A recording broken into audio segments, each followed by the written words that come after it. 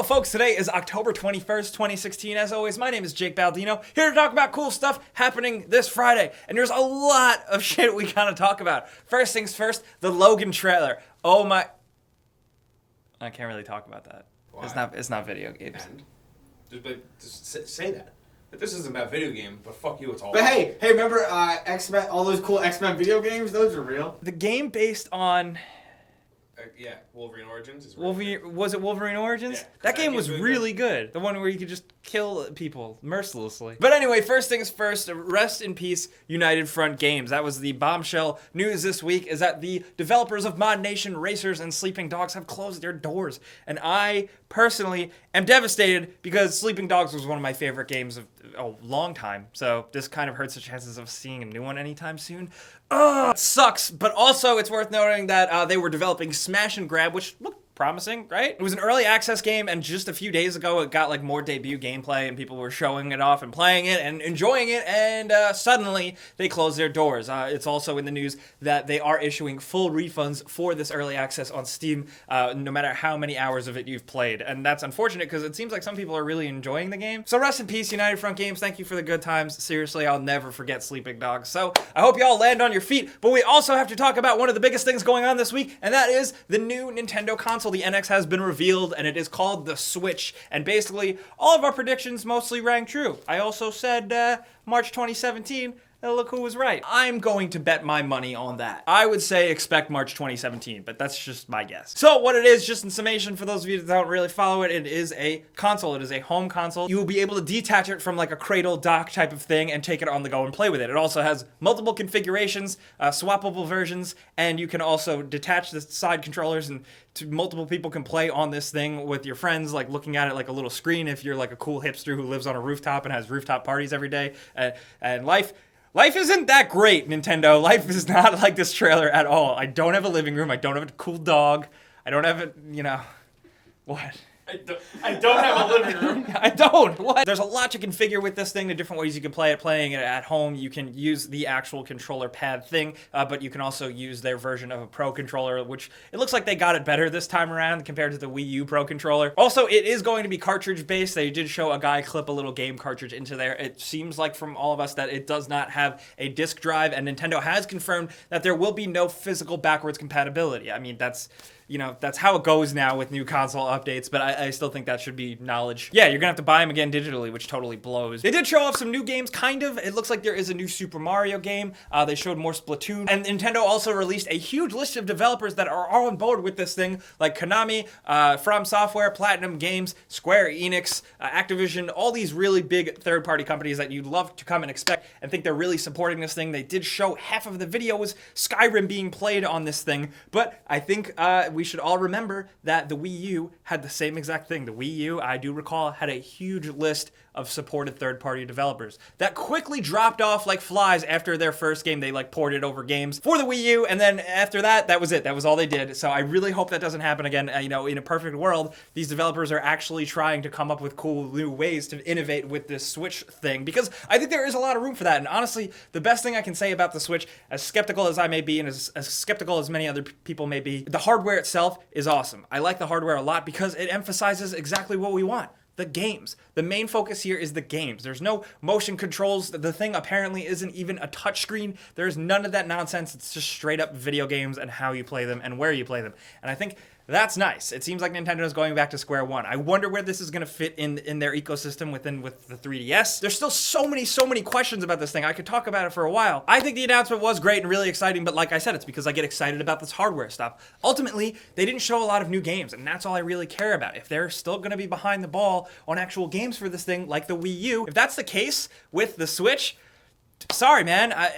I don't know. The best Switch thing will forever then be the Will Smith song. The big question is also, is this going to stack up against PS4 and Xbox One? Chances are no, Nintendo doesn't try and do that because this thing is just rocking a Tegra chip, so graphically it's not powerful at all. One thing I do want to point out though, this did pop up on Reddit. An artist did a rendering of swapping out the right side of this controller. They're called Joy-Con grips from Nintendo. I refuse to fucking call them that because that is a nonsense description. But someone on Reddit created this rendering of swapping out the right side with different attachments components that work for different games, like a peripheral that works specifically for Yokai Watch, a camera shutter for, say, Pokemon Snap with a zoom button. Also, for Resident Evil 4, they used like a thing that was like a trigger grip. If Nintendo can focus on that, that's cool. Will it be open source like that? We don't know. But I'm really curious to see what you guys think, because so far it seems like a surprising amount of people are very much into this. There's still the skeptics, which I think are rightfully skeptic, and then there's the people who just, no matter what, Nintendo, whatever they put out, they will hate. Also, since we are on the topic of Nintendo, I guess, check out this fan-made trailer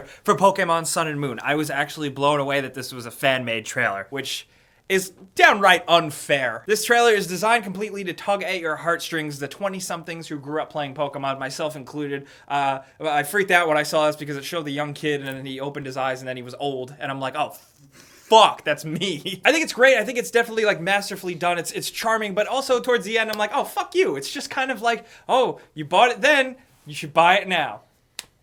That doesn't work for me. But we did talk about one game reveal already. It has been a week. I'm really tired. But we also got the Red Dead Redemption 2 trailer, which leaves us with even more questions than a Nintendo Switch does. Red Dead Redemption 2 looks awesome. We did a video breaking down a lot of stuff about it. Like I said, there's still a bajillion questions. I really hope, and everything's adding up, that it is going to be a prequel and you're rolling with Dutch's gang. I'd like to just play as John Marston again. I wouldn't want to switch between 7 cowboy characters, but that's just me. The environments here look incredible. The graphics look incredible. This is clearly a beefy ass game. According to what I've heard, this trailer was cut completely running on PlayStation 4. Also in the news is that PlayStation 4 is getting the details. They're getting the exclusive on all the DLC stuff first, similar to Destiny, which sucks for Xbox players a lot. But regardless, for PS4 and Xbox players, this does look like an awesome game so far. There's not much to go on, but like I said, it's pretty, it's nice, and I really want more. You guys remember the first Grand Theft Auto 5 trailer? It was early and it didn't tell you a lot, and we were speculating who the main character even was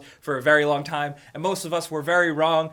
Red Dead Redemption 2 could be the same exact situation. However, the news did come out, of course, that this is going to be released for PlayStation 4 and Xbox One. What the fuck, Rockstar?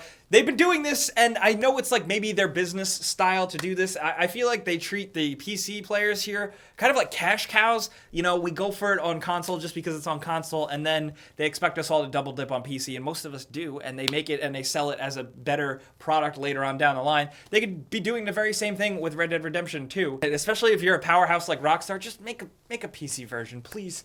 Please. But like with everything on the internet that people disagree with, there is a petition that you can sign to tell Rockstar to make it on PC. Because, as you guys know, petitions, they always work. They always get the job done. It's not how the world works. Didn't get us that fucking panini press. Might change that our petition.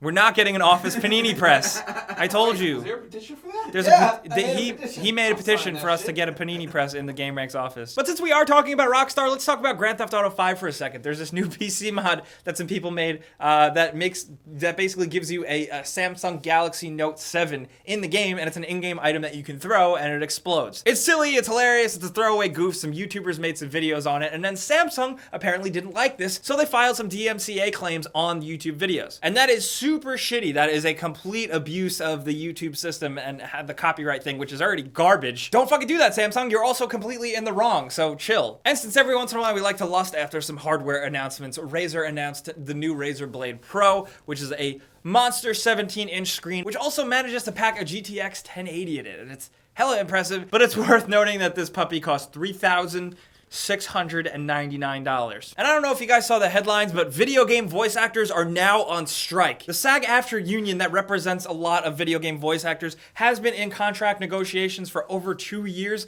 and nothing has panned out. So now officially video game voice actors are going on strike. Is this a big deal? I don't really know. I mean, like when bus workers and train operators go on strike, that's impactful.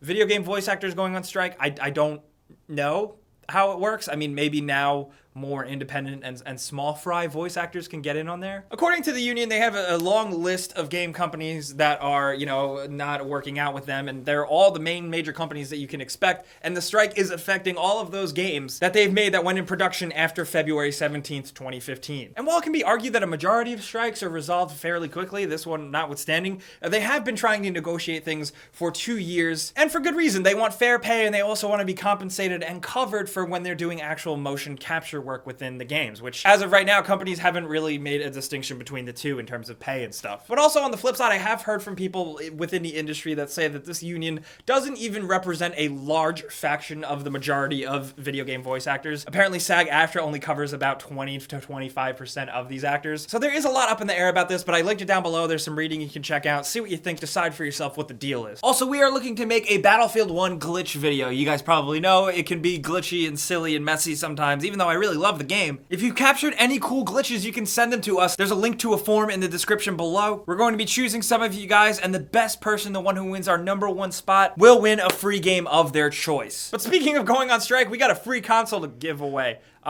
You know, there's a link below, you click it, you sign up once, you enter once, and then you're entered forever, and then every single week I go in, close my eyes, and randomly choose a winner to win a free console of their choice, a PS4, Xbox One, and we're maybe gonna, you know, expand to giving away some other things soon. Stay tuned. But regardless, this week's winner of the giveaway is... congratulations. Be sure to check your email, check your spam box, because that's where I will hit you up, so keep your eyes peeled. But this week is kind of light on news, but heavy on discussion. There's so much cool shit going on right now with not a lot of actual information behind any of it, and I do want to know what you guys think down in the comments. Let's talk about stuff. How do you feel about the Nintendo Switch? Do you think this is a big deal? Do you think it's the games that are going to make and break it, like me? Do you think this thing will actually compete for space in your living room with your PC or your PS4 or your Xbox One? Let's talk about that stuff. I also definitely want to hear what you think about Red Dead Redemption 2. Do you think it's a prequel? I definitely think it's a prequel. Let's talk about any of that stuff down in the comments below. I'll also be on Twitter, Facebook, and Instagram talking to you guys over there because I have no real friends in my life. You guys know the deal. As always, thank you so much for coming around and hanging out with us on Fridays.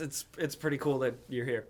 Clicking the like button helps us out a ton. We really appreciate it. And subscribing if you're new is a great idea because we put out videos every single day. But you probably know that already. But as always, I'm Jake Baldino. Thanks for watching, and we'll see you guys next time. Pizza's on me. I'm Tracer from Overwatch. Okay, yeah, I Cheers, love.